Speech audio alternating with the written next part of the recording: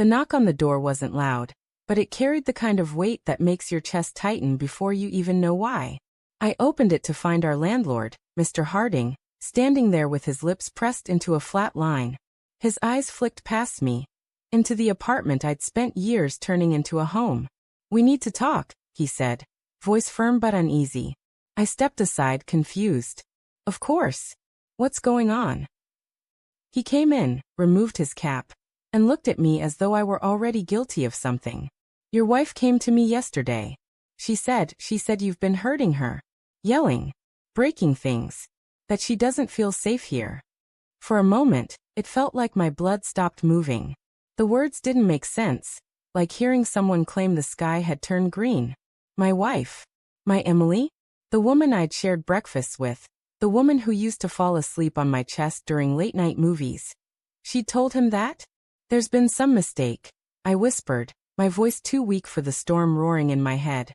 But Harding only shook his head. "I can't take chances with this. I'm going to have to ask you to leave by the end of the month." When he left, the silence in our apartment was unbearable. Every photo on the wall, our wedding picture, our trip to the coast, the silly shot of us wearing matching pajamas, suddenly looked staged, like props in a play I hadn't realized I was acting in. I waited for Emily to come home, rehearsing what I'd say. Maybe she'd been stressed. Maybe she'd exaggerated something in the heat of the moment. There had to be a reason. She wouldn't just invent something like that. When she finally walked through the door, grocery bag in hand, I studied her face. She looked tired, distracted, but calm. Not like someone who had just set fire to our lives. I said carefully. "The landlord came by today." Her shoulders stiffened. She set the bag down without looking at me. "He said you told him I've been abusive." For a split second, guilt flickered across her face. But then she shrugged, her voice steady. "I had to. It's the only way." "The only way for what?" I demanded. My throat felt raw. She finally met my eyes. And what I saw there wasn't fear, it was calculation. "I want you out. You don't get it, do you? We're done." I couldn't see another way to make it happen quickly. Her words ripped through me sharper than any blade. "We're done." Just like that. No late-night talks about what went wrong. No tears, no attempts to fix it. Just a quiet, cold decision. I stumbled back a step. "So you lied? You told him I hurt you so he'd kick me out? Do you have any idea what that could do to me?" Her jaw tightened. "Do you have any idea what it's like living with someone I don't love anymore? Every day feels like a prison sentence. I'm sorry, but I can't keep pretending." I wanted to shout, to demand an explanation. But my voice broke before it could climb that far. "Emily, you could have just told me. You didn't have to destroy me." Her eyes softened, for just a moment, but then hardened again. "You'll land on your feet. You always do." That night, I couldn't sleep. I lay awake, staring at the ceiling, replaying every moment of the last year.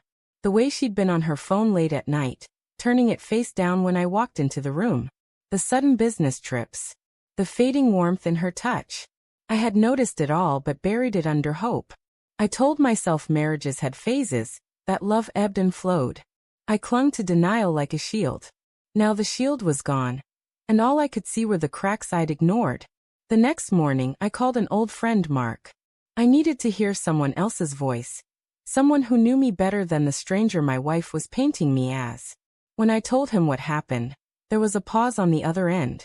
"Man, I don't know how to tell you this, but I've seen her. With someone else. I didn't want to hurt you, so I stayed quiet. But if she's going this far..." The world tilted again. My knees buckled, and I sat down hard on the couch. "Who?" I croaked. He sighed.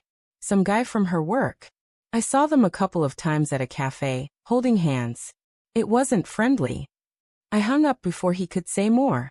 My chest felt like it was splitting in two. Not only had she betrayed me, she'd weaponized a lie to erase me from our life. When she came home that evening, I didn't wait. "Who is he?" I asked. Her face drained of color, and that was all the answer I needed. "You could have just left," I whispered, my hands trembling. "You could have told me you didn't love me anymore. But instead you painted me as a monster." Tears welled in her eyes, but her voice stayed firm. I didn't know how else to end it. I was scared you'd hold on, that you'd fight to fix something I knew was already dead. Her confession didn't bring relief. It only deepened the wound. Emily, I would have fought for us. Because that's what love means. But you didn't even give me the chance. You chose betrayal over honesty. She looked down, silent. And in that silence, I realized there was nothing left to salvage. The following week, I packed my bags. Each item felt like a piece of myself being stripped away. The landlord gave me sympathetic eyes, but they did nothing to dull the ache.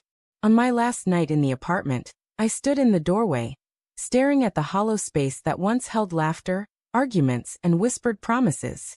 I thought of the man I was when I moved in, full of trust, love, and belief in forever. That man was gone now. Emily didn't come out to say goodbye. I didn't expect her to. As I closed the door behind me, I felt the weight of finality press down. I was walking away not just from a home, but from the illusion I had lived in for years. Betrayal doesn't just end love. It rewrites the past, corrupting even the happiest memories. But as I stepped into the cool night air, suitcase in hand, a strange clarity settled over me. She had tried to erase me with lies, to reduce me to a villain in her story. But the truth lived inside me. And the truth was this. I loved her with everything I had. It wasn't my love that failed. It was her honesty. I walked away with my head high, scarred but not broken. Because sometimes survival isn't about winning back what was lost. It's about refusing to let betrayal define who you are. And in that moment I swore to myself, I would rebuild. Not for her, not for anyone else, but for me.